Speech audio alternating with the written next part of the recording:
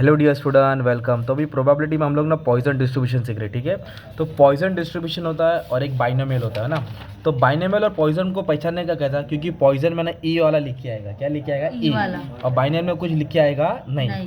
तो अभी ना पॉइजन का पहले मैं फॉर्मूला लिखता हूँ, फिर सम रीड करके तुम्हारे लिए सॉल्व करता हूँ। देखो पॉइजन का फॉर्मूला क्या, प्रोबेबिलिटी ऑफ एक्स लिखने का, बोलो ई के ऊपर एम, ई के ऊपर एम के ऊपर एक्स, एम के ऊपर एक्स और एक्स फैक्टोरियल, एक्स फैक्टोरियल। ये फॉर्मूला तुमको याद करना पड़ेगा। अब इधर ना क्या बोला है, एवरेज, क्या बोला है एवरेज। तो एक चीज बोलता है, इधर सॉल्यूशन मैंने लिख दिया, अभी हम इधर स्टार्ट कर रहे हैं। तो एवरेज क्या बोला, एवरेज, एवरेज को मीन बोलते हैं, क्या बोलते हैं मीन, और मीन को बोलते हैं एम, क्या बोलते हैं एम, हो गया ना ये। और एम का फॉर्मूला एनपी, क्या है एनपी। तो अपने को average number of customer who appear at the counter of the bank in 1 minute is 2, मतलब 1 मिनट में कस्टमर कितने बार आ रहा है, 2 बार।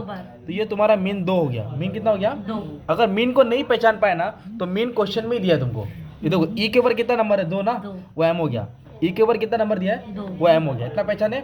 अभी हम लोग क्या करेंगे, अभी इधर बोला फाइंड, क्या बोला है find। ये तुम्हारा सवाल, ये क्वेश्चन, तो फाइंड में एक्स रहेगा, क्या रहेगा तो मैं पहले ये क्वेश्चन सॉल्व कर देता हूँ। इधर 2 पूछा question, find the probability that in a given number only 3 customer appear, कितने कस्टमर आ रहे, 3।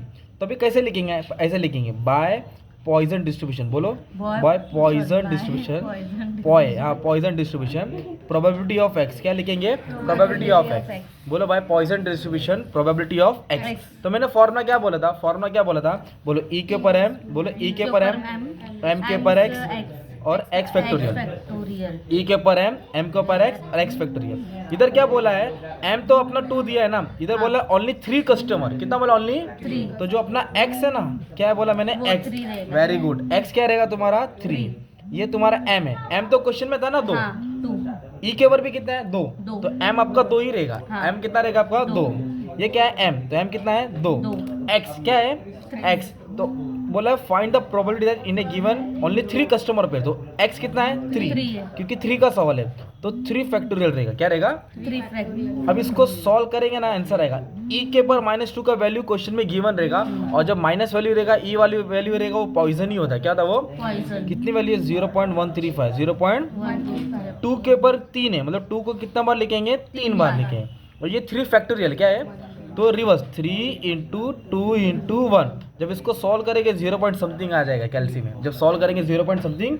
तो मैंने क्या बोला, अभी थोड़ा बताया, थोड़ा बाउंस हुआ, अब फिर से पढ़ा रहा आना चाहिए। ये वाला नहीं समझा, ये फैक्टोरियल है ना, उसको रिवर्स में जाएंगे। अगर 4 फैक्टोरियल रहेगा तो रिवर्स आएगा 4 3 2 1, 5 फैक्टोरियल रहेगा तो 5 4 3 2 1।